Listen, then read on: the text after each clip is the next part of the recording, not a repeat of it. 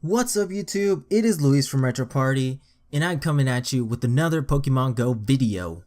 Now, I was doing some research about Pokemon Go in the past few days, and I found some interesting things. So the first thing I found was an article on, what's this website called? Polygon, about a guy who has captured 142 Pokemon already. Apparently, in North America, that's the most you can capture up to this point. More on the 9 Pokemon they can't catch later. So this guy has caught 4,269 Pokemon, and he's also hatched 303 eggs, and he's done it by walking 153 kilometers. I've just looked at mine before the game crashed. I looked at mine and I had walked 12 kilometers. This guy's walked over 10 times as much as me, and yeah, he's clearly doing good for himself. He said that his final catch was Ammonite, so that he could evolve into an Amistar. And this guy, he's in New York, so obviously in New York there's a lot of monuments. There's Central Park, as you've probably seen from that video in Central Park where everyone's running towards the Vaporeon.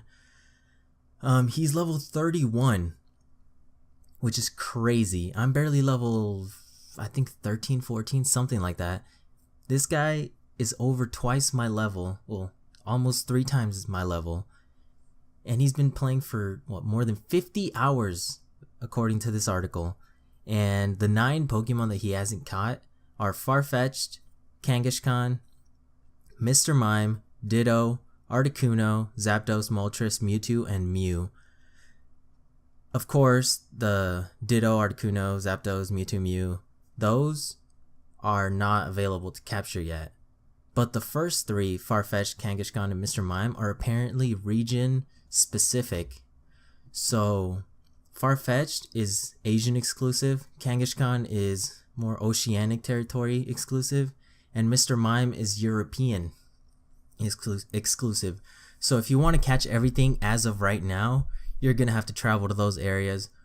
Or I'm not telling you to do this. I don't condone this. This is technically cheating. You can trick your phone to say that you are in those places without having to go to those places and capture the Pokemon and then come back. But I really don't think, you probably shouldn't do that. With the introduction of the trading, hopefully soon, we should be able to get those Pokemon easily. On to my next topic.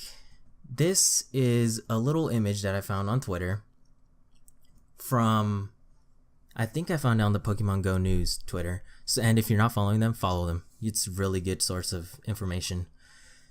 I covered this in my tips and tricks video, but this visualizes it perfectly. You'll be looking at it right now. This is the capture rate, the circles, the color of the circles, the sizes, where to throw it, and it gives you little tips on the side too. I feel like this picture did a better job of explaining it than me. And that makes yep. Alright, next some people went data mining into the game. They opened up the game, looked at the game files, and they found that the trainer level cap is 40. That the egg's level cap is, well, there's all this stuff. I haven't really read into it too much.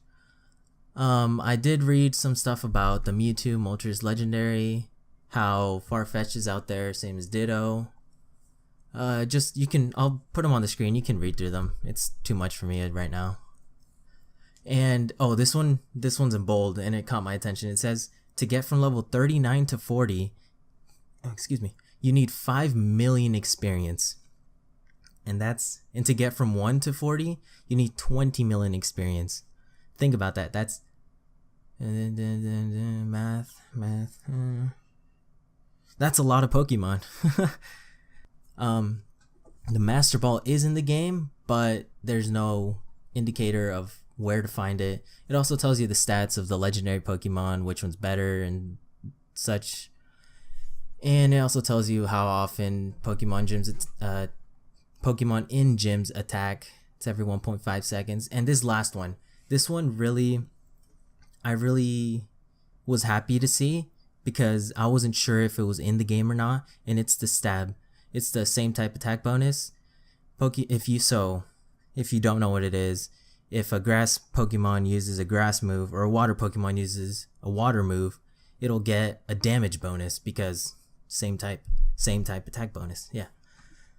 All right, next up is somebody also went in. I don't know if they went into the game files or they just did this through testing, but they measured out how much combat points each Pokemon gets for a power up, and they separated them into tiers. The ones who get the most combat power per power up at the top, and as you know, the ones who get the least combat power up in the bottom. And apparently Dragonite is the top of the tier with 50 combat power per power up. Then it's Snorlax, Lapras, Arcanine, Vaporeon, and those you can pretty much expect are pretty much the strongest Pokemon in the game as of right now. And the weakest Pokemon, you may not be surprised, is Magikarp with a whopping 3 combat points per power up. And yeah, I think that's everything that I wanted to cover today. I was planning on doing a non-Pokemon Go related video today, but I saw this stuff and I just had to share it. And in order for me to do the other non-Pokemon Go stuff, we need the whole team, and it's only me right now. The rest of the team is out camping. It's just me and you, Pokemon Go. Let's go. That's the end of the video. Thank you guys for watching. It's Luis, signing off.